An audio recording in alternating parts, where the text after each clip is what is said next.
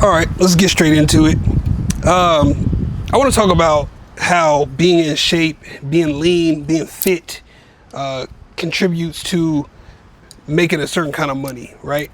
So it's no secret that we live in a world where pretty privilege is a thing, right? You know, usually that applies to ladies. You know, a pretty attractive young lady is usually going to get treated very well. When she goes out, guys are going to buy her drinks. She's going to get into the club without waiting in line. She might even get certain jobs and whatnot. People are nice to her. She's going to get compliments all the time. All of that, right? But it never really gets talked about how the same applies to guys when you are fit and in shape. There's something about being in shape, right? Muscles, veins in the arms, your shirt fitting a certain kind of way, a suit fitting a certain kind of way, that people appreciate. You know, it's not about being vain. It's not about being superficial. It's just about attraction, right? It's just about acknowledging that someone has something that most people don't have. And in a country where 40% of people are considered obese, you know, it doesn't take a whole lot of muscles and low body fat to fit into a category of, let's call it, fit privilege. So pretty privilege when it comes to like a girl's looks, fit privilege when it comes to a guy's physique, right? The difference between the two is, you know, a girl that's pretty, there's more likely than not much that she had to do to be pretty. She was just born naturally pretty, right? And it's different when it comes to like maintaining it. You know, some women have skin routines or, whatever else they do to stay pretty, you know, not have any blemishes, moles, all of those things, right? But for the most part, a girl that's naturally pretty is just a girl that's naturally pretty. It just is what it is. But a guy that isn't naturally muscular had to become muscular. Me, I was very skinny growing up. I'm still not the biggest person now, but I'm bigger than I was when I was younger, right? But I still had to work out, build muscles, and I still had to burn fat. Like, fortunately for me, I was an athlete most of my life, so my metabolism and my body is used to being conditioned for exercise. But it still required me to burn fat, have a disciplined workout routine, and I still had to build muscle, and I'm still in the process of building muscle, which we'll talk about later.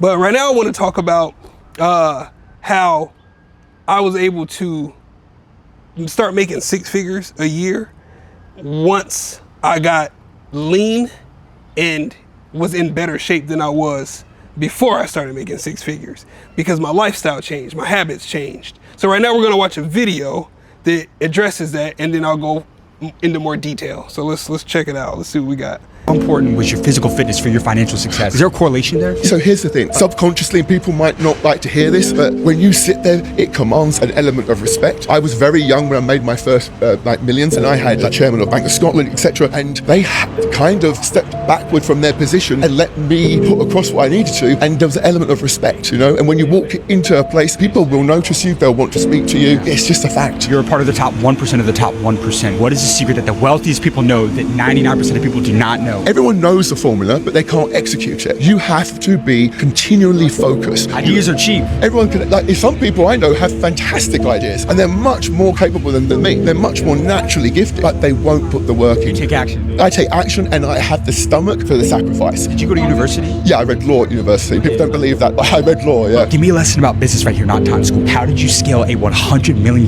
company? So the secret, the thing they don't really educate you on, they don't really announce, and they probably keep it to one side, and I didn't know this until I started health tech, is...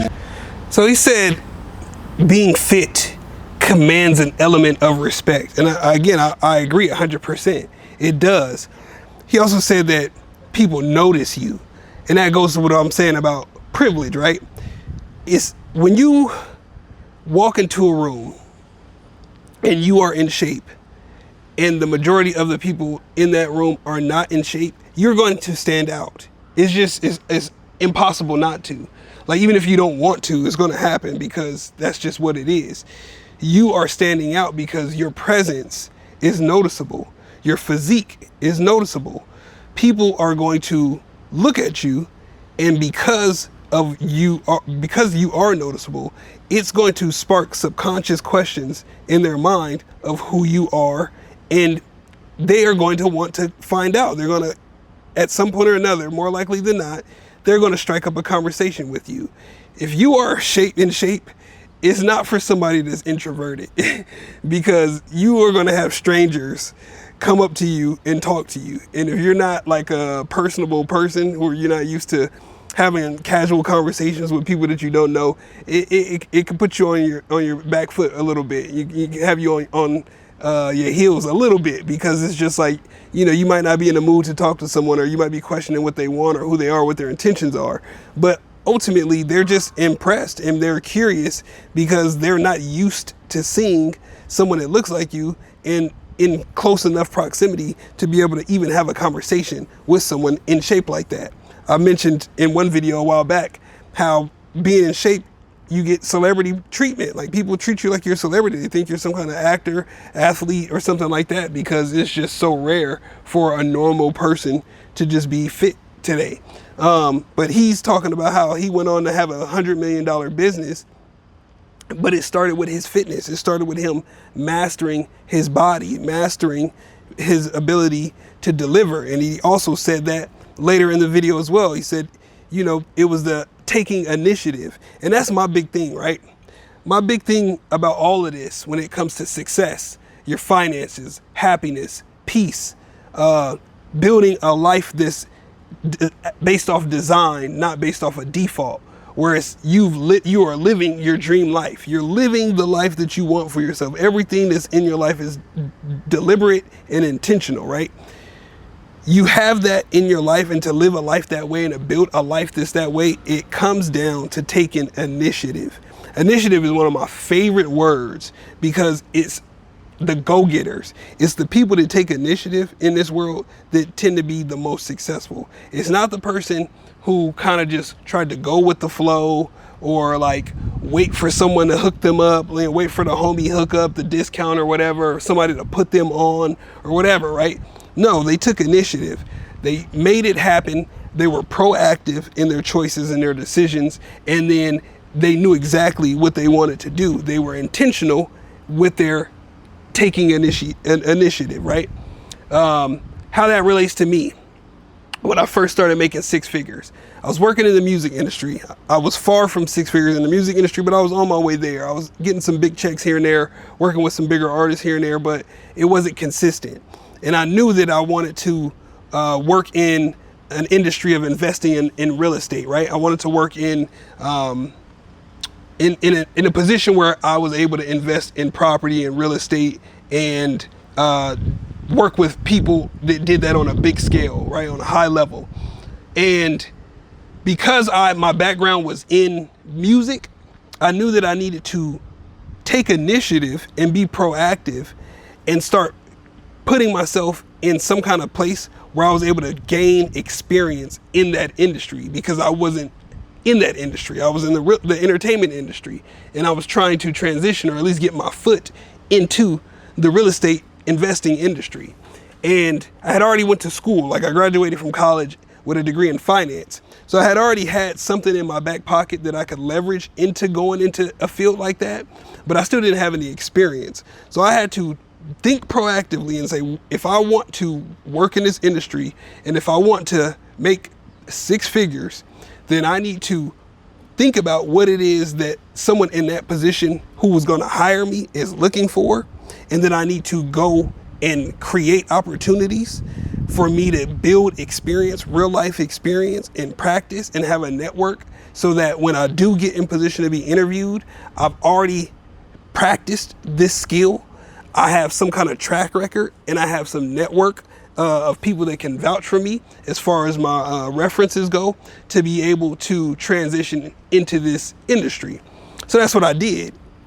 I was doing every single thing possible studying online on YouTube, taking courses, volunteering at real estate investment groups, walking, fix and flip houses with investors, asking questions, paying for training, going to seminars. I was doing all of these things before I ever even started actually working in the real estate industry. So by the time I actually started applying for jobs in this field, by the time I got interviews and they're asking me, why are you qualified for this position?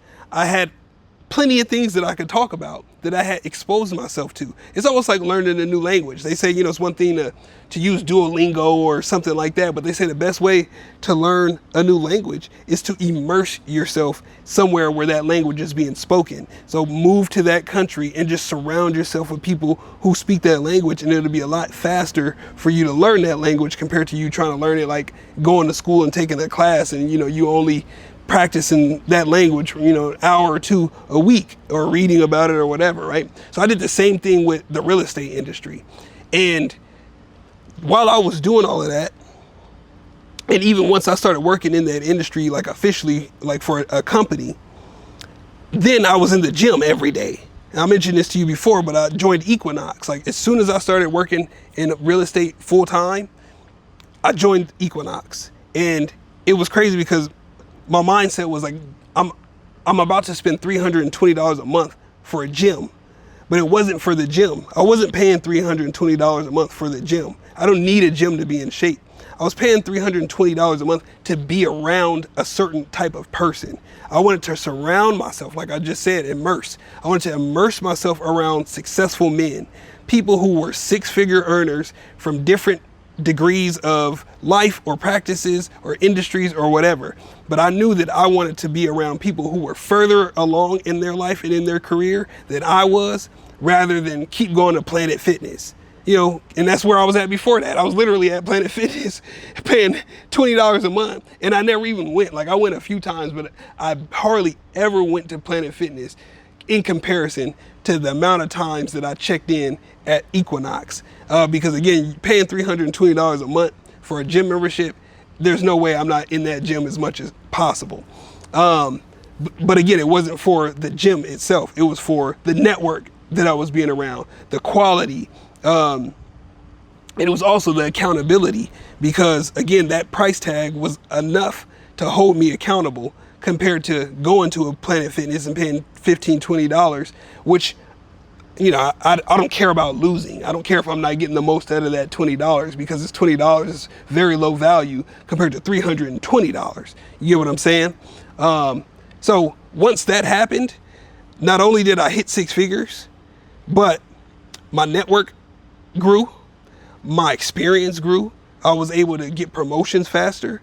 I was able to be tested more, as far as be put in situations where I had to perform at a high level in front of high-ranking people, whether it be corporate C-suite executives or sellers selling land that were selling land for upwards of 10, 20, 30, 50 million dollars. Like now I'm doing and having conversations to do deals that are $50 million transactions, and I'm the face of the transaction. I'm the face of the conversation. I'm the one forefront in all of it, explaining it to my team and the seller and the attorneys of how this deal needs to be structured, and what the terms are going to be, and how it's going to be profitable for not only the seller but for my team. For the immediate future, the immediate time frame, and for the future, because it pays out long term depending on the deal that we were negotiating.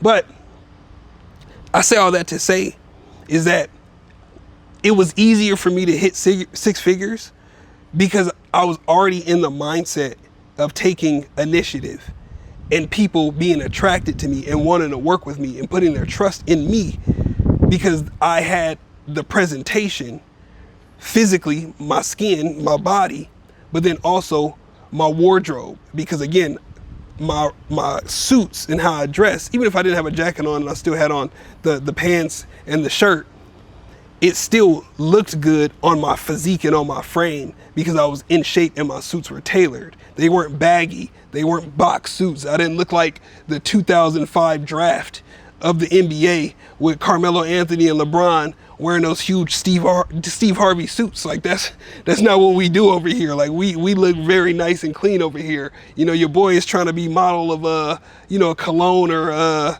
high-end liquor at some point, cigar or something. I need that endorsement deal as I age. You know what I'm saying? So we always make sure the presentation is on point, because your presentation is everything. You only get one chance to make a first impression. So you always want to make sure that when someone meets you for the first time, that you look your best. And on top of that, my performance at work was peak and is peak because my mind is peak, because my body is peak, because I'm in the gym, my diet, I'm sleeping, like I'm cutting out distractions. I'm not spiking my dopamine. I'm not chasing instant gratification, right? I'm making sure that I do the hard things first, the disciplined things. I'm sticking to my schedule, I'm sticking to my routine, and I'm not letting outside factors influence and get in the way of what it is that I'm striving to do, right? And that was how I was able to continue to level up faster, because I was locked in, and that's what it takes. But I also want to make a point here about fitness, because you guys see me. You see me. I'm not the biggest dude. I'm not super jacked, muscular. I'm working towards it. I still want to gain another 15 pounds of solid muscle, but that's subjective. You don't need to be the biggest person. You don't need to be the most lean person. You want to be the best version of yourself, which could be 12% body fat, 13%, maybe it's 15. I wouldn't recommend being over 15. I wouldn't recommend always being under 10. I think the sweet spot is around 12. I think if you can walk around at 10 to 12 regularly, maybe 15, depending on what you got going on in your life, I think you're good to go. And your clothes are going to look good on you, and your frame is going to look good depending on how much you actually weigh. I weigh about 170. I would like to be around 185. But again, that's not for everybody. That's just me. So speaking of that, I want to look at another video that I've been seeing going around and see what you guys think about it. So let's check this out. What is the perfect arm for a guy? I'd say like 2. 2. 3. Why 2? I don't know, I don't really care too much, I guess. Yeah. So like whatever. 3's got enough, but not too much. Why not 4 or 5? Because it looks like you're on steroids. What is the perfect arm for a guy? 4. Like 3 or 4. Yeah, about 3 and 4. Why 3 or 4? I just like my men strong. It's not too muscly. It's alright. I don't know, it just looks better than the rest. What is the perfect arm for a guy? 3. Yeah, 3. 3. Why 3? Because it's like not too much. Not too much. What is the perfect? So that's one. I'm gonna watch one more. What's the perfect arm for a guy? Probably number 4. I'd say number 4 as well. Yeah. Why 4? Well, it's not too skinny and it's not too big. So I feel like it's just perfect. What is the perfect arm for a guy? I reckon 3. Yeah, I think 3 as well. What's the perfect arm for a guy? Number 3. Yeah, like 3. Why 3? It's not too big, it's not too small.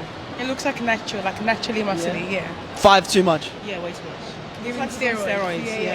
You don't like the steroid look? No. So you see, right? They all say 3 or 4 is what they prefer. Now, granted, that was two videos, and I've seen other videos like that where some of them are saying 4, some are saying 5, but the majority are saying 3.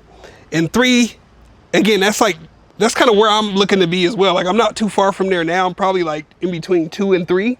But the point is, you want to look natural, right? You want to be comfortable and you want to look natural. You don't want to look like you're overdoing it. You don't want to look like you're just out here trying to be this like gym bro, muscle head, like, because that's what they're going to associate you as if you are super jacked, right? That's just kind of what happens. Like, I've seen plenty of videos where they're saying how women won't approach or be interested in dating a guy that's like super attractive or super muscular, because subconsciously those are the thoughts that they're having. Oh, he's just like some steroid user, some meathead. He doesn't really have any intelligence or any personality. He's all muscle. It's the same with like a super pretty girl. You know, some people say all beauty but no brain, right? So people subconsciously make these assumptions about who you are and project these things onto you that they may have seen in somebody else because you're super, super jacked. So if that's what you want to be, that's fine. And, you know, more power to you. But just for someone who, again, is working in like corporate America, just wants to be the best version of themselves and doesn't want, you know, wants to be in shape, wants to look good, wants to be attractive. Again, natural always looks good, because think about this too. Usually when it comes to someone who does something impressive, there's a strength, pun intended, in you making it look easy. Make it look easy. Make it look effortless. Beyonce said, I woke up like this. You know what I'm saying? Buzz Lightyear said, this isn't flying, it's falling with style. So like, there's a sense of swag or coolness or like appeal to someone who can do something and it make it look effortless. Like, I even think that, like, again, I worked in the music industry, and some of the best artists or songs that I would like, it wasn't like they were trying too hard. It wasn't like they were like a singer, for example. They're not just doing all these crazy runs and trying to sing every single note and like doing all of these crazy riffs and stuff. They're just singing so good and so easy and so effortlessly. It's the swag is just top tier, right? The aura is peak because it's not like they're trying. You're not trying to be a try hard. It's just, I got it like that. Like, I just got it like that. So when you are naturally kind of like your proportions fit your body, maybe it is 15%, maybe it's 12. It depends on your height and your weight. But when it looks effortless, it's going to get you a lot more attention, a lot more appeal, a lot more respect. And you're going to be more attractive. And you heard the ladies, they said 3 to 4, it just looks more natural. You know, so you're exercising and you're working out and you're doing something. You're not doing anything, because doing nothing, you'd either be super flabby or super skinny. But there shows some intentionality there in your physique because you have muscles and low body fat. And then that alone in itself, like I said, that type of what it takes to have that, the discipline, the consistency, the routine, the mindset, it's going to not only just affect your physical body, your outer body, but it's going to affect your inner body. It's going to have positive impacts on the way that you think, the way that your brain functions. And then that's going to have a positive impact on your intentionality when it comes to what you do as far as making money. And that's going to have an external impact on the people around you who want to do business with you, because again, they're going to be attracted to you and your work ethic and your ability to show up and deliver and get it done. And they are going to want to work with you because you have those traits. Those traits are great traits to have, not only as an employee, but as a leader, as a business owner, and even as in all your relationships, friend, family, boyfriend, girlfriend, sisters, siblings, cousins, kids. All of those things directly are impacted by your physique, believe it or not. But it's true. It's true. I'm telling you, I've lived it. I live it every day. People come up to me almost every day, literally. And I'm not the biggest guy. It just looks, it just sit right on me. But people come up to me all the time, suit on or suit off, and say something about my physique, my presence, how I look, how I'm dressed. I look healthy. I've been in the gym. Oh, you've been working out. Did you lose some weight? Like any kind of comment like that, it becomes the norm. And again, it's not about being vain. It's not about wanting attention. Truth be told, I don't even like attention like that. I like to move very low key. I don't like a lot of eyes on me. I like to move in silence like lasagna. You know what I'm saying? I don't like people knowing my plans. I don't like people knowing where I am. I'm very private in my personal life and just kind of what my goals and what I'm working on and working towards and, you know, what I'm into. But it's hard to be private when your presence is loud. You know what I'm saying? You just stand out, let alone I'm melanated. And some of the rooms and most of the rooms that I move around in, I'm the only one with melanin in their skin. So again, it's just hard to lay low and have a presence that's not noticeable when you're the standout. You know, you're the outlier. You are the chosen one. You are the man, the myth, the legend. And that's fine. Like you learn to lean into it and humility is always your best friend. You know, there's a fine line between being humble and being arrogant and cocky and confident. You know, so I like to ride the wave of confident and humble at the same time. You know, of course, I like being acknowledged for my ability to deliver and get the job done, and dress to impress and to inspire others to be the best version of themselves. But, you know, at the same time, like, I'm not doing this for anyone's glory. You know, I don't need the compliments. I don't need the praise or the acknowledgement. I just want to get paid. You know what I'm saying? I just want to get the bread. You know what I'm saying? That's all I really want to do, and move on with my day.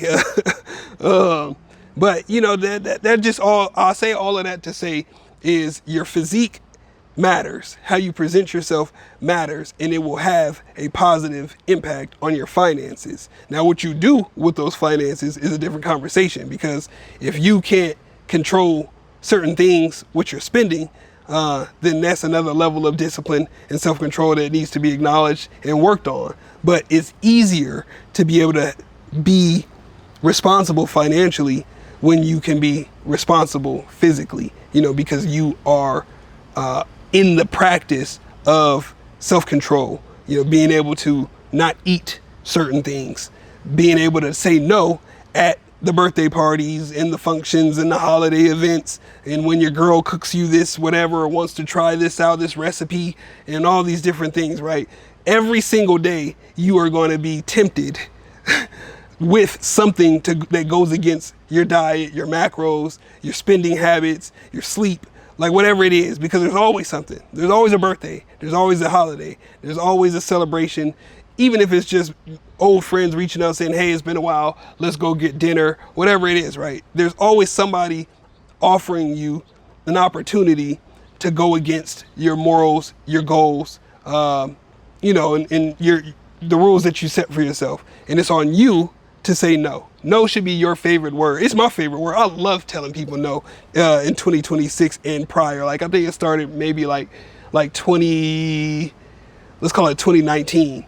Yeah, no, like it should be the first thing you say. I'd rather say no first and then change my mind to a yes later than say yes first and sign up and set myself up to be involved with something that I didn't really have any interest in, that benefited somebody else more than it benefited me. But I was trying to be a team player and be nice, rather than like making sure that whatever I was committing myself to, I made sure that I got something out of it. So nonetheless, fitness, finances, they are related. If you want to level up and make more money, the best thing that I can tell you to do is take initiative and get in shape. First and foremost, get in shape, lose the weight, build some muscle. It depends on how much you weigh, but it'll take 6 months to 2 years. This is giving a nice broad range. But it'll be worth it in the end, because you only need to do it once. Once you do it once, you just maintain it from there. But you got to do it once. And then be intentional. Know exactly what you're doing it for. Know exactly how much money you want to make. And then know what you want to do with that money. You know, don't just live a life by default where you're just aimlessly wandering through life trying to figure it out. Have a goal. Work from the end of the goal to the beginning. Start with the end in mind, work backwards. That's how you do it. That's how you hit 6 figures continuously, year after year. And that's what I want you to do. But if you need help with that, I completely understand. One of the ways that I was able to even get to this point is I had to realize where I was. I had to take an assessment of where I currently was. And then once I was able to look at where I was, then I was able to start making adjustments. So I put together a quiz. There'll be a link in the description below for you to take this quiz. It's called the Game of Life quiz. So I look at life as a game, right?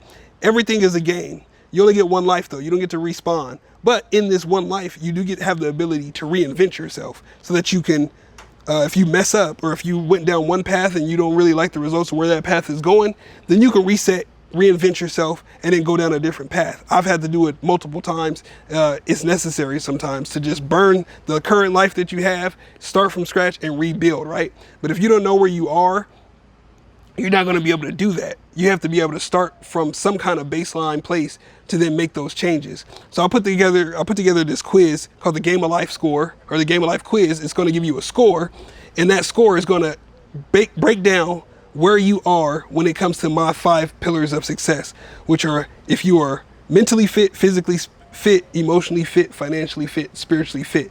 So in those 5 categories, you want to make sure that you are fit for the game of life. So it's not just, again, physical fitness. That's just one of the 5. You want to be fit in all 5 of those categories. And the only way that you know where you are is by finding out by taking the quiz. So click the link in the description box below, take the quiz. It's going to give you your results. It's going to let you know your strengths, your weaknesses, and then you'll have a place to start when it comes to building the life that you want for yourself. All right, so if you found this video helpful, do me a favor, hit the like button.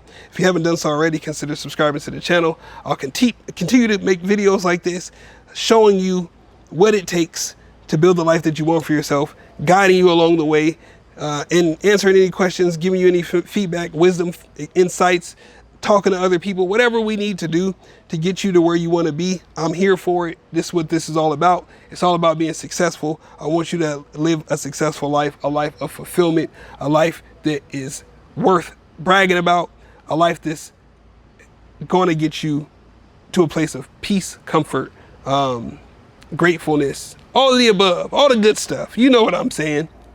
I don't want you to be miserable. I don't want you to be unhappy with your life. Life is a beautiful thing.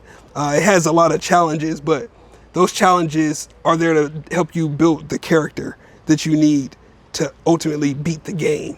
You want to beat every final boss that you come across.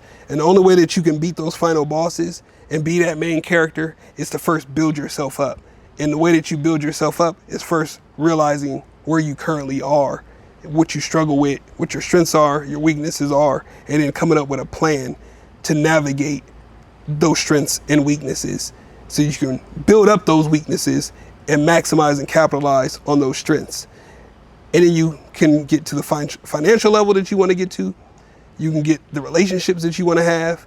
You can have the freedom that you want to have, the peace of mind that you want to have. If you want to have kids, if you want to buy a house, you know, if you want to travel the world, if you want all the accreditations and certificates, whatever it is that you're striving to achieve.